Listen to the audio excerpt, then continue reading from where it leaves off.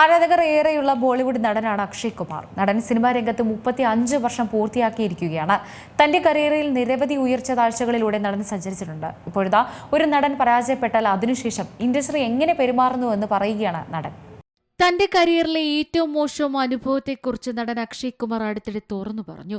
ചില സിനിമകൾ പരാജയപ്പെട്ടതിനു ശേഷം നിർമ്മാതാക്കൾ തനിക്ക് വേണ്ടി റെഡ് കാർപ്പറ്റ് വിരിച്ചിട്ടില്ലെന്ന് നടൻ പറയുന്നു. ഒരു നടൻ പരാജയപ്പെട്ടതിനു ശേഷം ഇൻഡസ്ട്രി എങ്ങനെ പെരുമാറുന്നു എന്നതിനെക്കുറിച്ച് അക്ഷയ് വ്യക്തമാക്കി.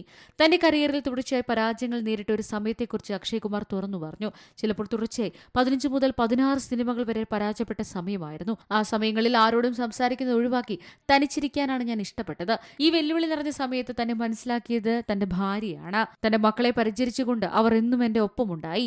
നിങ്ങളുടെ അവസാന സിനിമയുടെ പ്രകടനത്തെ ആശ്രയിച്ച് നിങ്ങളുടെ മുറികളുടെ വലുപ്പം മാറിക്കൊണ്ടേയിരിക്കും. നിങ്ങളുടെ സിനിമ മികച്ച പ്രകടനം കാഴ്ചവെക്കുമ്പോൾ നിങ്ങൾക്ക് ഒരു പ്രസിഡൻഷ്യൽ സ്വീറ്റ് ലഭിക്കും, ചിലപ്പോൾ വൈസ് പ്രസിഡൻഷ്യൽ, മറ്റു ചിലപ്പോൾ ഒരു സാധാരണ മുറി മാത്രം.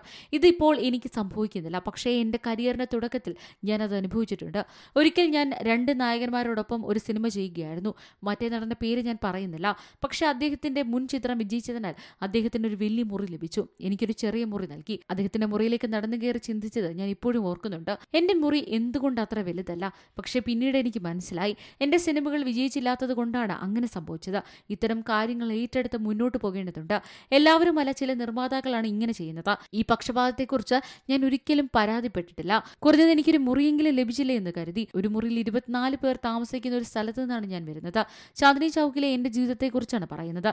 ഞങ്ങളൊരു കൂട്ടുകുടുംബമായിരുന്നുവെന്ന് അക്ഷയ് കുമാർ പറയുന്നു. News desk C Malayalam news.